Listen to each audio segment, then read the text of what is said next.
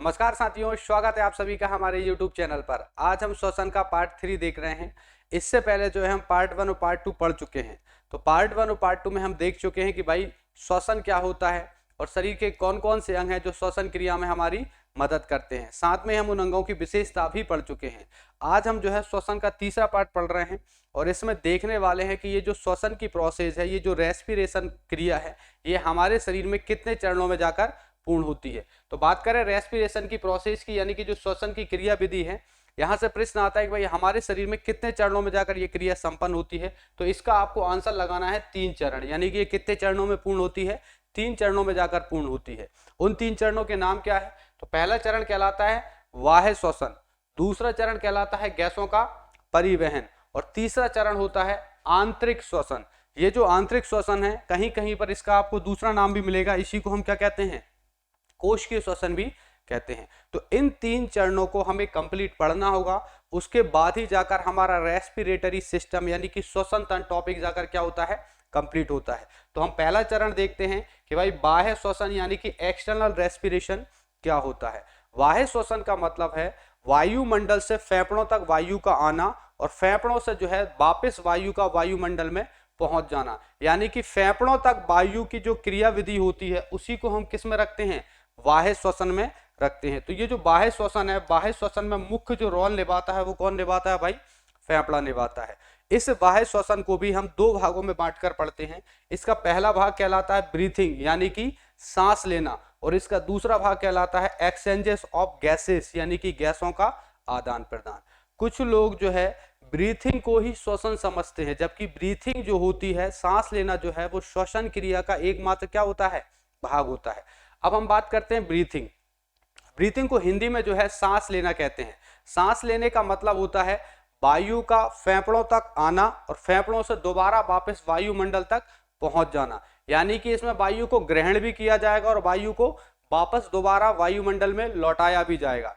दोनों चरण मिलकर जो है आपके क्या कहलाते हैं? ब्रीथिंग कहलाते हैं। तो एक चरण है अंदर ग्रहण करने का, अंदर ग्रहण करने का जो चरण होता है उसे हम कहते हैं इनहेलेशन, और दूसरा चरण होता है कि वायु को बाहर करना, जिसे हम बोलते हैं एक्सहेलेशन। तो भाई इनहेलेशन और एक्सहेलेशन का अगर हम सार देखें तो ये निकलता है कि भाई हम ऑक्सीजन को ग्रहण करते हैं और CO2 को बाहर करते हैं। तो यही कारण है कि यहाँ पर ऑक्सीजन और CO2 के प्रेशर से कुछ क्वेश्चंस पूछ लिए जाते हैं।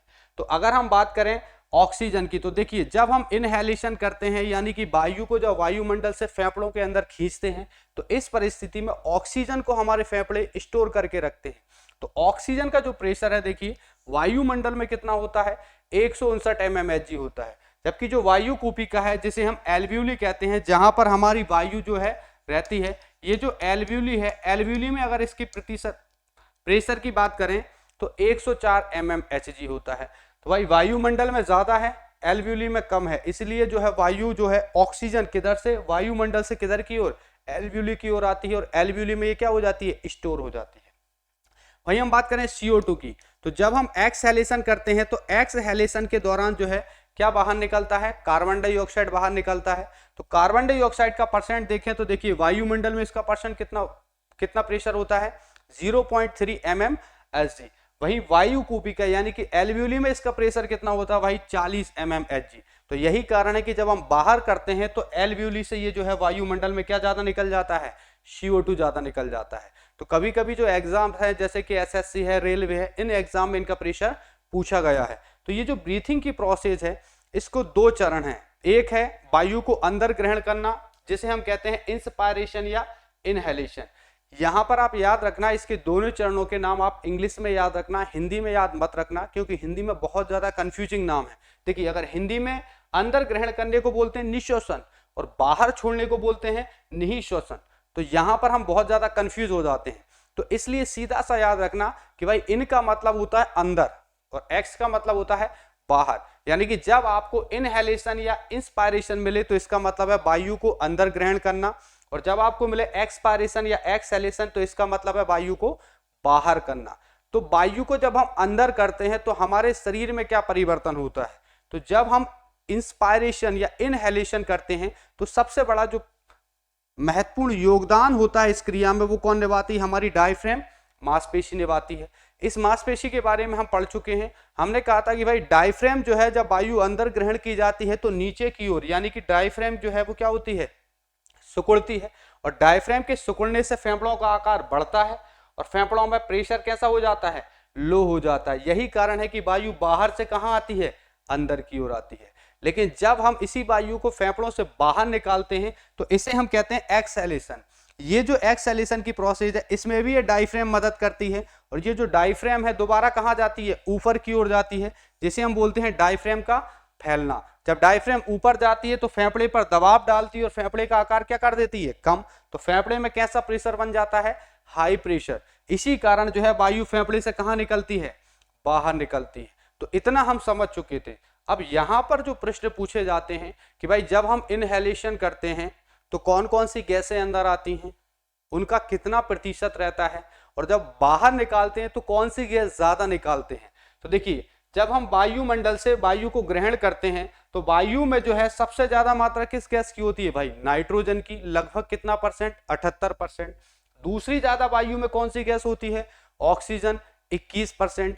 तीसरी ज्यादा गैस कौन सी है, आर्गन, 0.93। चौथी कार्बन डाइऑक्साइड, 0.03। तो यहां पर 3 गैस इंपोर्टेंट हैं जिनके नाम आपको याद रखना है। एक तो परसेंट याद रखना नाइट्रोजन का, दूसरा आपको याद रखना होगा ऑक्सीजन का, और तीसरा याद रखना होगा कार्बन डाइऑक्साइड, क्योंकि एग्जाम में इन्हीं से ज्यादा क्वेश्चंस पूछे जाते हैं।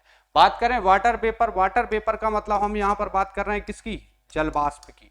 तो जलवाष्प की जो मात्रा है वह वायुमंडल में परिवर्तनशील होती है, इसलिए इसका प्रतिशत कभी नहीं पूछा जाता। हाँ, इतना जरूर हमें याद रखना है कि जलवाष्प जब हम ग्रहण करते हैं तो वो कम मात्रा में होता है, लेकिन जब हम छोड़ते हैं तो उसकी मात्रा ज्यादा होती है। बस इतना अकेला आपको याद रखना है। अब बात करें जब हम वायु को बाहर करते हैं, जब फेफड़ों से जो है बाहर वायु वायुमंडल में निकाली जाती है तो एक्सपायरेशन के दौरान जो परिवर्तन होता है गैसों में, तो देखिए नाइट्रोजन हमने कितना लिया था, 78% लिया था, और कितना छोड़ दिया, 78%।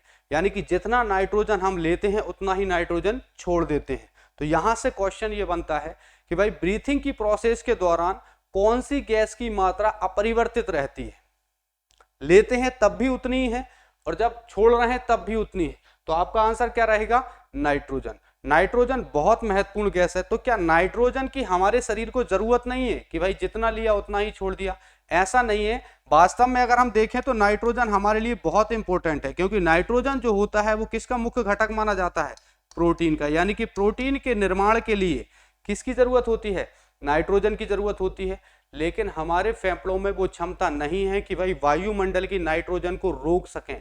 यही कारण है कि उस नाइट्रोजन को हमें वापस छोड़ना पड़ता है। हम ये जो नाइट्रोजन जो है इसको प्राप्त करने के लिए बहुत सारे पोषक पदार्थ यानी कि भोजन ग्रहण करते हैं, क्योंकि जब हम अच्छा भोजन लेते हैं, अच्छा पोषण लेते हैं, तो हमारे शरीर में नाइट्रोजन की मात्रा बढ़ती है और इससे प्रोटीन बनता है, और यही प्रोटीन हमारे शरीर के निर्माण में क्या करता है, सहयोग करता है। इसी से हमारे शरीर के अंग क्या होते हैं, मजबूत होते हैं। तो नाइट्रोजन को हम ब्रीथिंग की प्रोसेस के दौरान नहीं ग्रहण करते। दूसरा हम बात करते हैं ऑक्सीजन। तो देखिए ऑक्सीजन जब हमने ग्रहण किया था तो उसका परसेंट था 21, लेकिन जब हम वायु बाहर छोड़ते हैं तो ऑक्सीजन का परसेंट देखिए कितना हो गया, 17%। इसका सीधा सा अर्थ है कि जब हम ब्रीथिंग की प्रोसेस करते हैं तो कितना प्रतिशत ऑक्सीजन हमारे फेफड़ों में रुक जाता है, यानी कि एल्वियोली कितना ऑक्सीजन रोक के रखती है। तो आपका आंसर होगा 4% ऑक्सीजन को जो है ब्रीथिंग की प्रोसेस के दौरान फेफड़े रोक लेते हैं। तीसरा हम बात करें कार्बन डाइऑक्साइड। तो भाई कार्बन डाइऑक्साइड जब हमने ग्रहण किया था तो कितना था, 0.03%, लेकिन जब हम बाहर छोड़ते हैं तो कार्बन डाइऑक्साइड का परसेंट कितना होता है, 4%। यानी कि वो कौन सी मात्रा है ब्रीथिंग के दौरान जिसमें वृद्धि हुई है। तो यहां देखिए भाई किसमें वृद्धि हुई है बाहर निकालने में, कार्बन डाइऑक्साइड।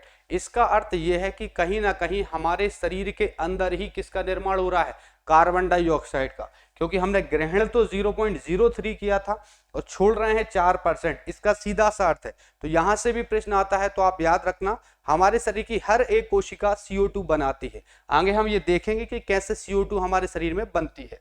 फिर हम बात करें जलवाष्प की। तो जलवाष्प भी जो है 0.5% लिया और जलवाष्प छोड़ा कितना, 6.2%। तो जलवाष्प की मात्रा में भी जो है क्या हो जाती है, वृद्धि हो जाती है।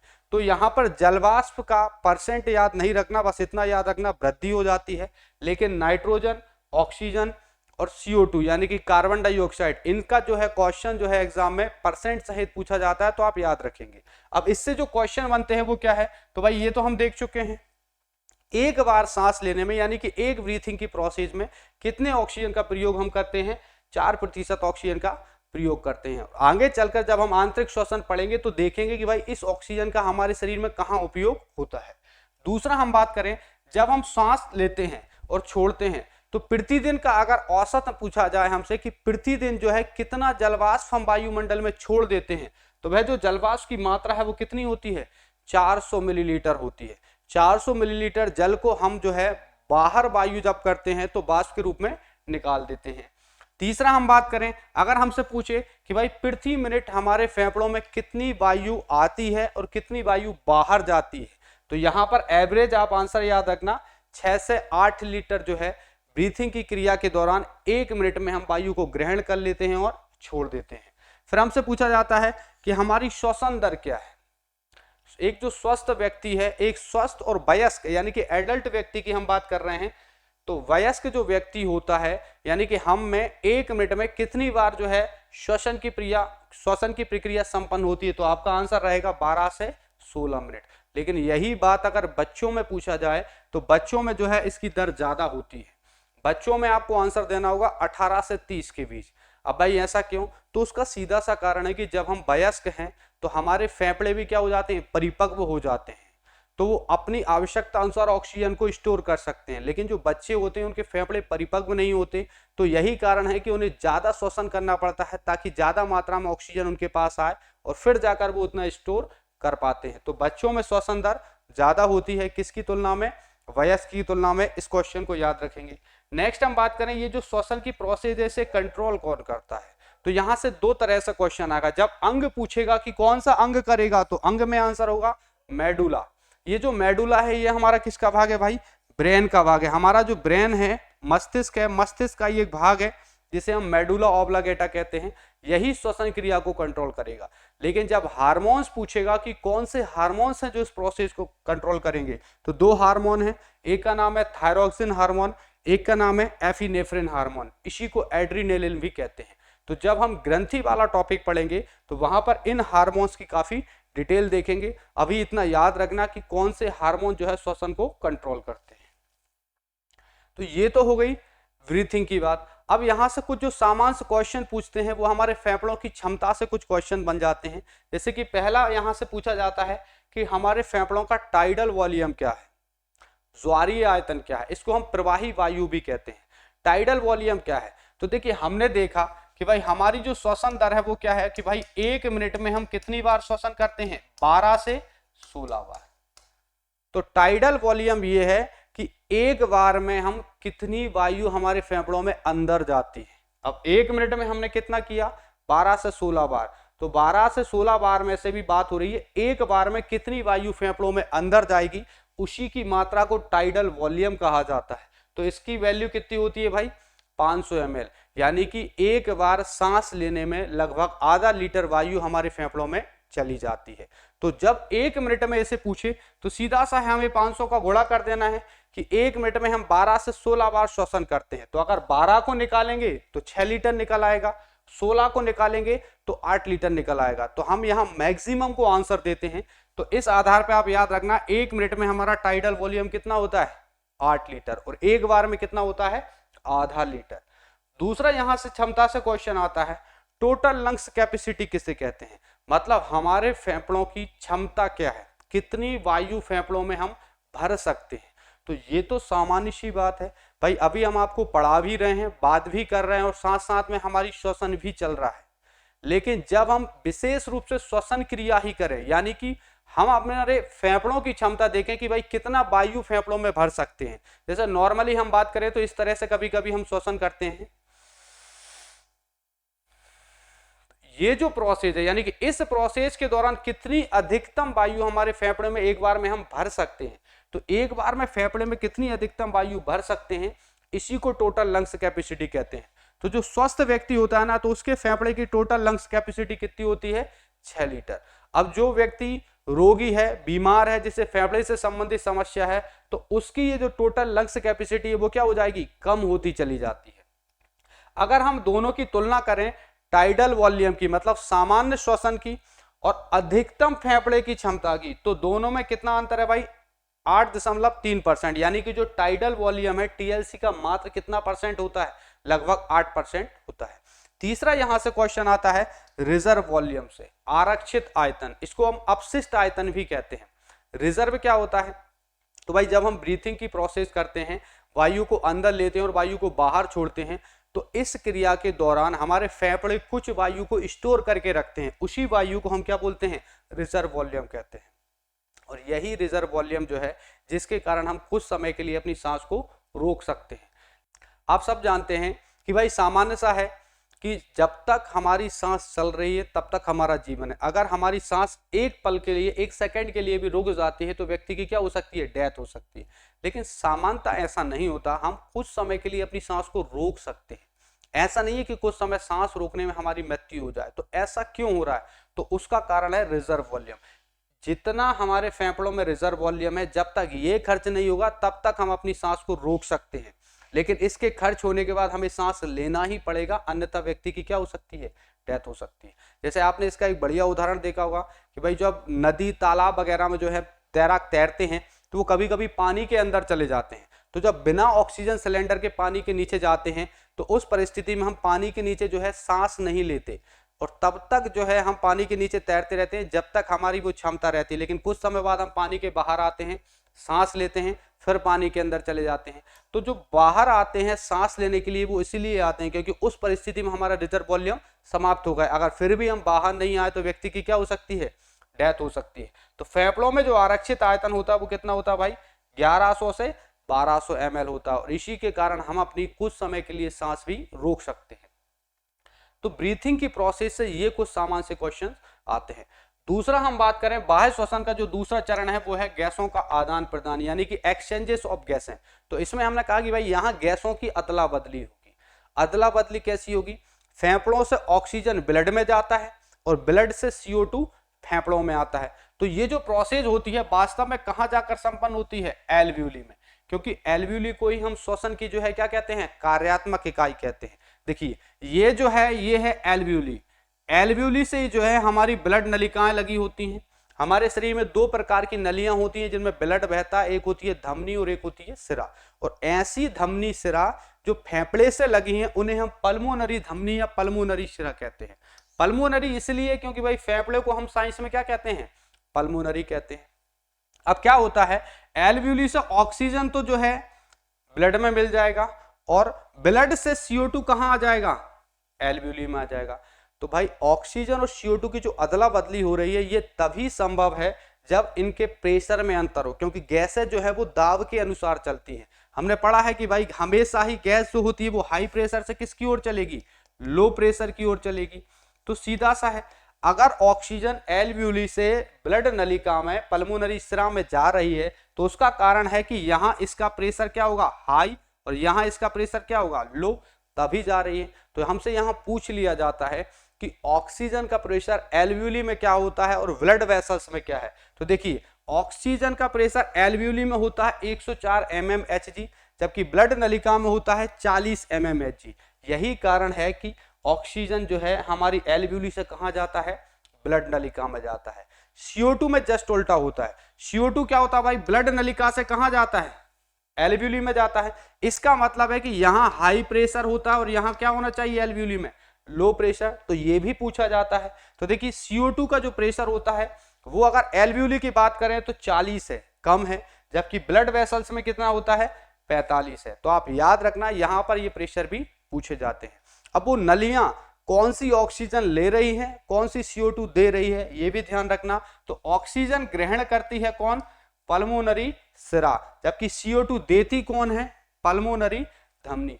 इस तरह से ब्लड तक हमारे ऑक्सीजन और CO2 की क्या हो जाती है, सप्लाई हो जाती है। इसी को हम कहते हैं गैसों का आदान प्रदान। और इस प्रोसेस में कहीं से कहीं तक हमने कोई भी रासायनिक परिवर्तन नहीं देखा। जो गैसें आई हैं जिस रूप में आई हैं उसी रूप में उन्हें वापस भेज दिया है। यही कारण है कि बाह्य श्वसन को हम किसके अंतर्गत रखते हैं, मुख्यतः भौतिक क्रिया के अंतर्गत रखते हैं।